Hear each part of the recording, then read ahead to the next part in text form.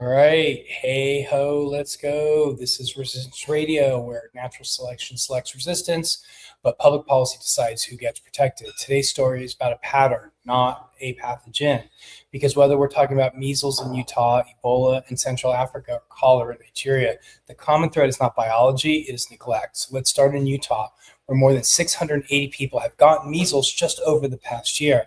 That is not a failure of virology. Measles is one of the most predictable viruses that we know. 2 doses of the MMR vaccine prevents 97% of cases. But this outbreak is happening because vaccination coverage has dropped. And to put that in perspective, measles is so contagious that if it enters a room of 10 unvaccinated people, 9 of them will get infected. It is less than catching a cold and more like spilling ink and water. It spreads everywhere unless something stops it. And what stops it is not just vaccines, it's trust, it's access, it's consistent messaging right now. And we're failing on all three. Let's zoom out globally. Let's focus on the Democratic Republic of the Congo and Uganda, where Ebola cases are approaching 1,000 with hundreds of deaths. This is a strain without a widely available licensed vaccine.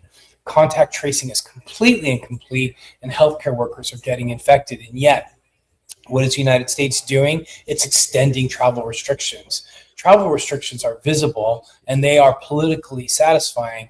They feel like an action, but they do not stop the outbreaks like this one. Investing in local response, staffing, supplies, community engagement, that's what stops Ebola.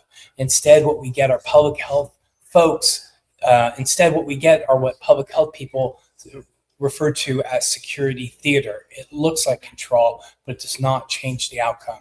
Meanwhile, Nigeria, over 12,000 people are dealing with cholera, an entirely preventable disease tied to water and sanitation infrastructure. In Sri Lanka, dengue cases are surging, straining hospitals. So these are not random events. These are diseases of infrastructure, of houses, of climate, of whether governments invest in prevention or wait for crises. Then there is a quieter story in the background. The U.S. is beginning to phase out HIV funding for South Africa, a country with about 7.8 million people living with HIV. That is the largest burden of HIV in the world. Programs like PEPFAR have saved millions of lives. Pulling back funding is not just a budget decision, it's a structural shift that will ripple through clinics, medication access, and prevention programs. If you want a simple way to think about it, imagine stabilizing a patient for years, getting their disease under control, then slowly removing the treatment, not because the disease is gone, but because priorities have changed. And that's what it looks like at a population level. Back in the US, we're also seeing smaller but telling signals. 3 cases of infant botulism linked to formula, a reminder that food safety systems matters, the supply chains matter, that regulation matters. And on the innovation side, there's some real progress, like the FDA committee backing an mRNA flu vaccine for older adults. Early data suggests about 27% better protection than standard vaccines in that group. That's meaningful. Think of it as this way: if 100 older people got the flu with the standard shot, the new vaccine might prevent 27% of those cases. That is fewer hospitalizations, fewer complications, and fewer deaths. But innovation without access is just potential energy. It only matters if it reaches the people most at risk. So what ties all this together? Public health failures are really about microbes behaving unpredictably. They are about systems behaving exactly as designed.